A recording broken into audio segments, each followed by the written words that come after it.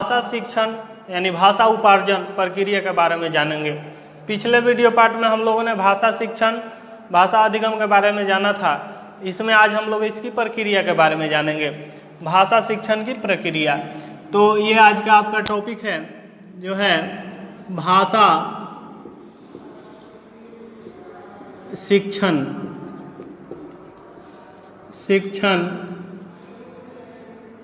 इसको उपार्जन भी कहते हैं, भाषा उपार्जन या भाषा शिक्षण प्रक्रिया।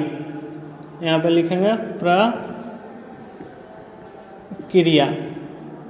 देखिए इसमें जो है आपको क्या क्या जानने हैं। पहले देखिए क्या होता है भाषा शिक्षण प्रक्रिया। तो बालक के भाषाई उपार्जन के विवेचना में उपार्जन प्रक्रिया एवं उसकी प्रकृति का महत्वपूर्ण स्थान होता है। बालक के भाषाई उपार्जन में, भाषा शिक्षण में जो है भाषा शिक्षण का और इसकी प्रक्रिया का, भाषा शिक्षण की प्रक्रिया का जो है प्रकृति का विशेष महत्व होता है। इसके आधार पर ही अध्येता यानी कि सीखने वाला बालक विद्यार्थी का उसकी प्रतिक्रियाओं तथा भाषा उपार्जन में सहायता मिलती है। विविध कारकों की प्रकृति से अवगत होना संभव हो जाता है। विविध कारकों की प्रकृति से उसको अवगत होने में सहायता मिलती है। भाषा उपार्जन प्रक्रिया से संबंधित महत्वपूर्ण तथ्यों का विवेचना उपशीर्षकों में करना चाहिए। देखिए भाषा उपार्जन प्रक्रिया से संबंधित महत्वपूर्ण तथ्य। भाषा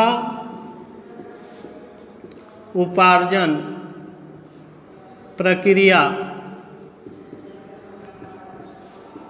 से संबंधित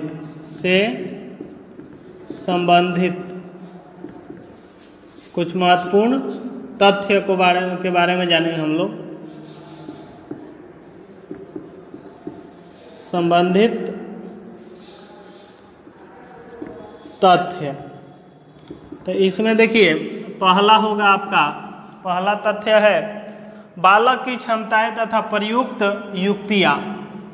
बालक की क्षमताएं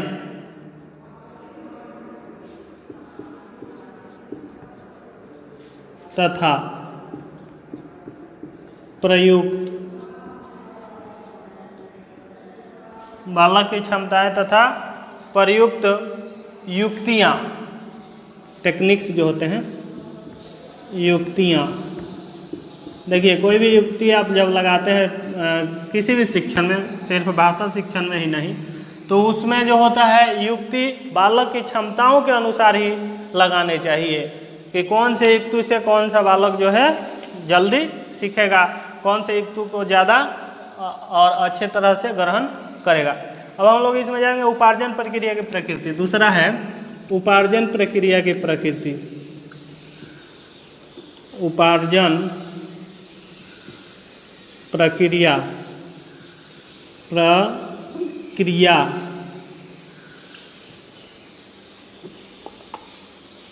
उपार्जन प्रक्रिया की प्रकृति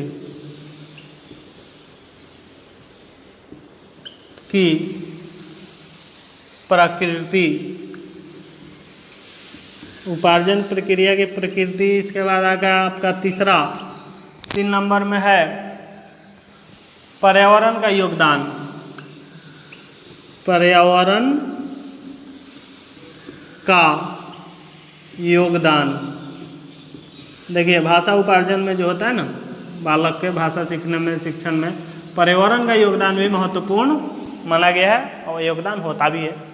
बालक का भाषाई विकास उसके व्यक्तित्व का महत्वपूर्ण निर्धारण करता है, परंतु भाषा विकास जो है बालक के व्यक्तित्व का निर्धारण करता है, परंतु इसे बालक के समग्र विकास से भिन्न, एकांगी तथा एकाकी विकास नहीं माना जा सकता है। यानी कि बालक का जो है भाषाई विकास उसके व्यक्तित्व का महत्वपूर्ण निर्धारण है, लेकिन इसको हम लोग जो भी विकास होता है बालक में वो एकाकी नहीं होता है। भाषा विकास अन्य विकासों से संबंधित प्रक्रिया है। भाषा विकास प्रक्रिया जो है अन्य विकासों से संबंधित प्रक्रिया है। तो जो है वे कौन कौन से विकास हैं, तो देखिए पहला इसमें आ जाएगा आपका भाषा, बालक के भाषा विकास जो होते हैं वो विभिन्न प्रक्रियाओं से संबंधित होते हैं। पहली प्रक्रिया देखिएगा बालक की क्षमताएं। पहला जो था कौन था, बालक की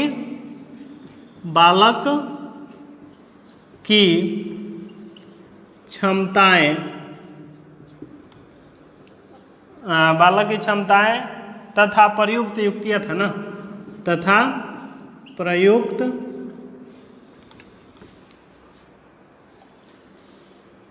प्रयुक्त युक्तियां हैं, ठीक है, युक्तियां। तो इसमें क्या क्या आता है ये देखना है हम लोगों को, ठीक है। तो प्रयुक्त युक्तियां जो है इसमें आता है आपका, उसको हम लोग देखेंगे। देखिए भाषा उपार्जन मानव शिशु यानी कि मनुष्यों के जो शिशु होते हैं कि अभूतपूर्व विशेषता है। इसमें उसकी अपनी क्षमताएं तथा उसके द्वारा युक्तियों का विशेष महत्व होता है। बालक की अपनी क्षमता और युक्ति जो होता है उसका विशेष महत्व होता है भाषा शिक्षण में। बालक के भाषाई विकास में भाषा वैज्ञानिकों तथा मनोवैज्ञानिकों ने अनेक मानसिक शक्तियों तथा योग्यताओं के अस्तित्व को स्वीकारा है। भाषा उपार्जन के क्रम में बालक द्वारा प्रयुक्त युक्तियों के विवेचना करते हुए इन शक्तियों तथा योग्यताओं का महत्वपूर्ण योगदान बताया है मनोवैज्ञानिकों ने। देखिए जो योगदान है जिन युक्तियों का, उसमें पहला है उत्प्रेरक। पहला है इसमें उत्प्रेरक। उत्प्रेरक क्या है, नहीं इसके बारे में जानना होगा। इसके बाद दूसरा जानेंगे हम लोग। पहला भाषाई प्रयोग मूलतः उत्प्रेरक का परिणाम है, यानी कि भाषाई प्रयोग जो होता है वो मूलतः किसका नाम परिणाम है, उत्प्रेरक का परिणाम है।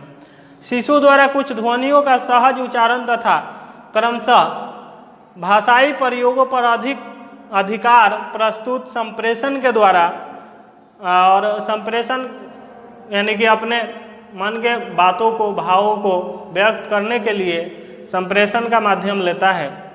प्रत्यक्षात्मक एवं संवेगात्मक विकास। प्रत्यक्षात्मक एवं संवेगात्मक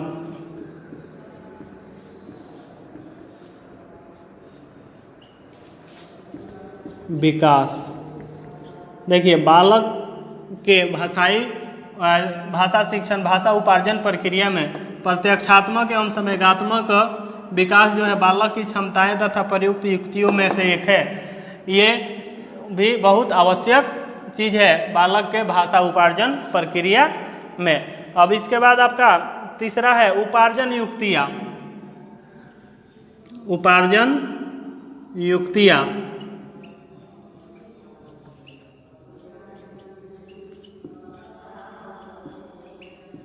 उपार्जन युक्तियाँ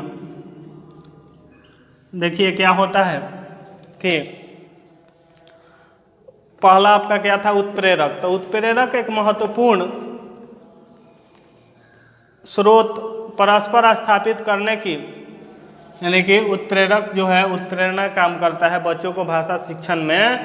उत्प्रेरक एक महत्वपूर्ण स्रोत परस्पर स्थापित करने की सामाजिक प्रवृत्ति है। दूसरों से संबंध होने की आवश्यकता भाषा उपार्जन का केंद्रित तत्व है। यह आवश्यकता जीवन पर्यंत यानी कि पूरे जीवन चलते रहती है। यानी कि दूसरों से जो है हम लोगों को संबंध स्थापित करने के लिए उसकी भाषा को भी समझना पड़ता है। तो अपनों से भी संबंध स्थापित करने, अपनों से संबंधी से संबंध रखने के लिए हम लोगों को भाषा का प्रयोग करना पड़ता है, भाषा उपार्जन भाषा सीखना पड़ता है। अब जो है दूसरा क्या था आपका इसमें प्रत्यक्षात्मक एवं संवेगात्मक विकास। तो देखिए क्या होता है, भाषा उपार्जन प्रत्यक्षात्मक योग्यता एवं संज्ञानात्मक शक्तियों के विकास से संबंधित होता है। ठीक है, वस्तुओं, प्राणियों, पदार्थों तथा कार्य व्यापार के प्रत्यक्षीकरण की कुशलता विकसित होने तथा चिंतन एवं स्मृति आदि संज्ञानात्मक शक्तियों के विकास क्रम के साथ साथ बोधन एवं अभिव्यक्ति की कुशलता विकसित होती है। इन सबके स्मृति सबके विकास के साथ साथ बोधन एवं अभिव्यक्ति की कुशलता विकसित होती है। अब उपार्जन युक्तियाँ आपका है, ये उपार्जन युक्तियाँ। भाषा में बालक अनेक युक्तियों का स्वतः प्रयोग करने लगता है। भाषा का जो है वयस्क उपार्जन में वयस्क प्रारूप, भाषा का जो वयस्क प्रारूप होता है ना, उसके उपार्जन में बालक अनेक युक्तियों का प्रयोग स्वतः करने लगता है और भाषा सीखने लगता है। अब हम लोग जानेंगे संदर्भगत अधिगम के बारे में। ये जो है कुछ प्रमुख युक्तियां हैं। प्रमुख युक्तियों में जो आएगा ना, कुछ प्रमुख युक्तियां, इसमें पहला है आपका संदर्भगत अधिगम। संदर्भगत अधिगम। इसके बाद दूसरा है आपका अनुकरण। अनुकरण द्वारा भी बच्चे भाषा सीखते हैं, अनुकरण। इसके बाद 3 नंबर में है, 3 नंबर में आपका आएगा उपार्जन प्रक्रिया में सरलता एवं जटिलता। उपार्जन प्रक्रिया में सरलता एवं जटिलता। सरलता एवं जटिलता। इसके बाद 4 में है आपका संज्ञानात्मक बाध्यताएं। संज्ञानात्मक बाध्यताएं, और इसको लिख लीजिए 4 नंबर, संज्ञानात्मक बाध्यताएं।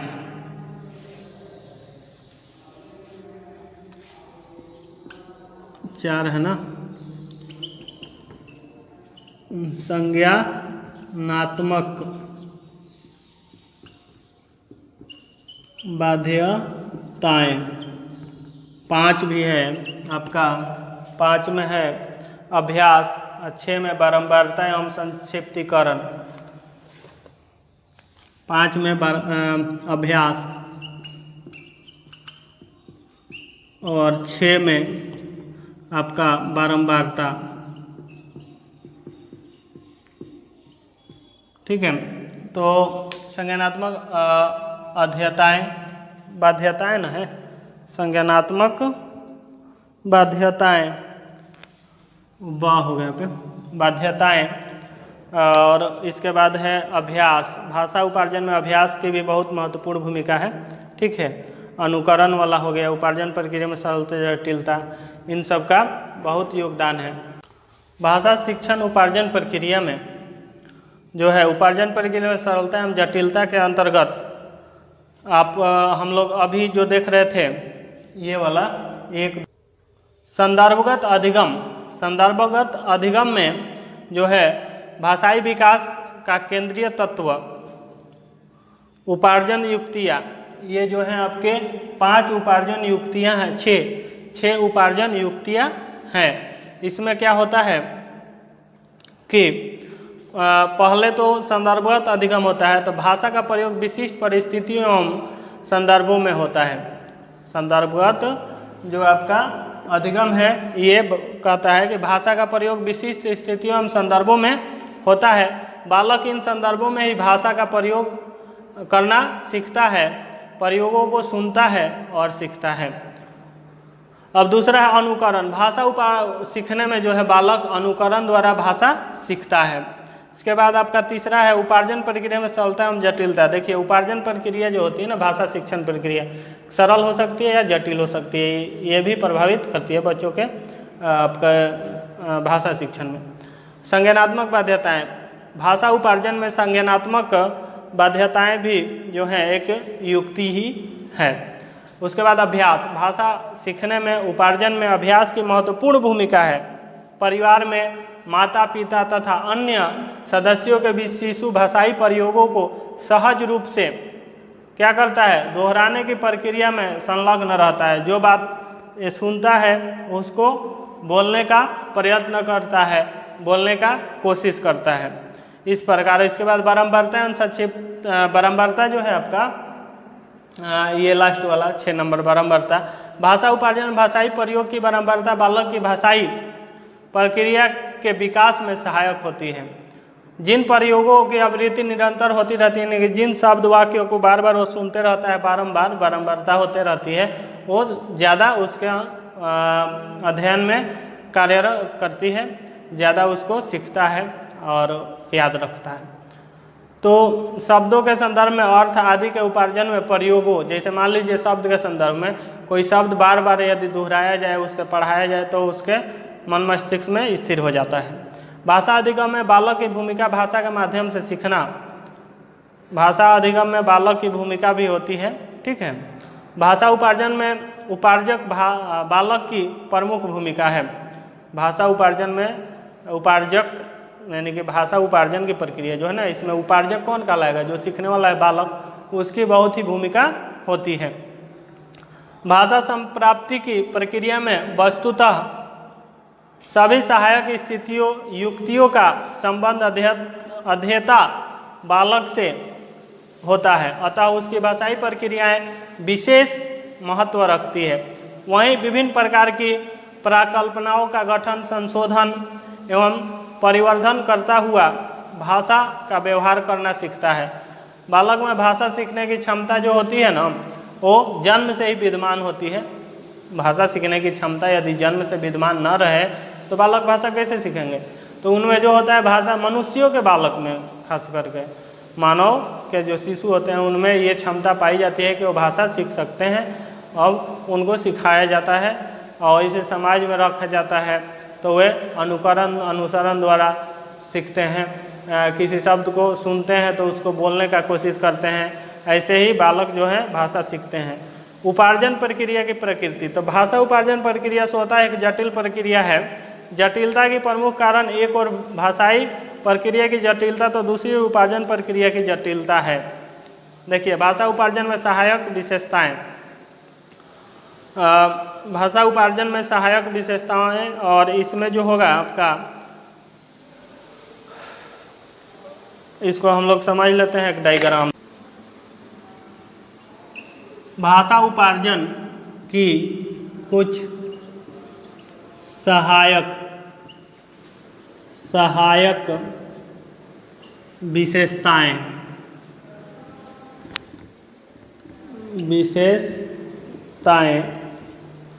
हैं, इस पे ध्यान देंगे हम लोग। तो देखिए इसमें क्या होता है, इसको हम लोग एक डायग्राम में बना लेंगे तो ज़्यादा समझ में आएगा।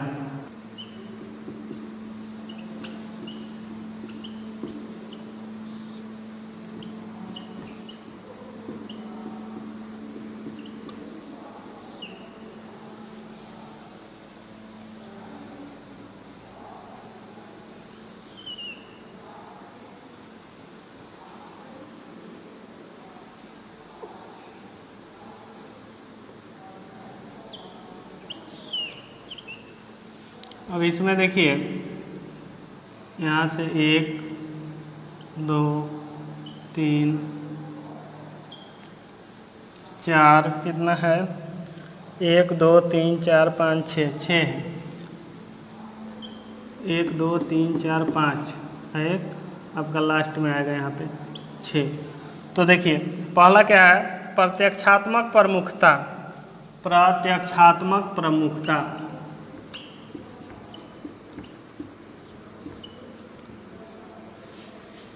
प्रमुखता। इसके बाद दूसरा है आपका रूपात्मक जटिलता। रूपात्मक जटिलता जटिलता। इसके बाद है आपका आर्थी जटिलता। आर्थी जटिलता। इसके बाद आता है भाषाई प्रारूप। भाषाई प्रारूप। इसके बाद आपका 5 नंबर भाषाई प्रयोगों का विस्तार। भाषाई प्रयोगों का विस्तार। 6 और लास्ट जो है पुनर्वलन।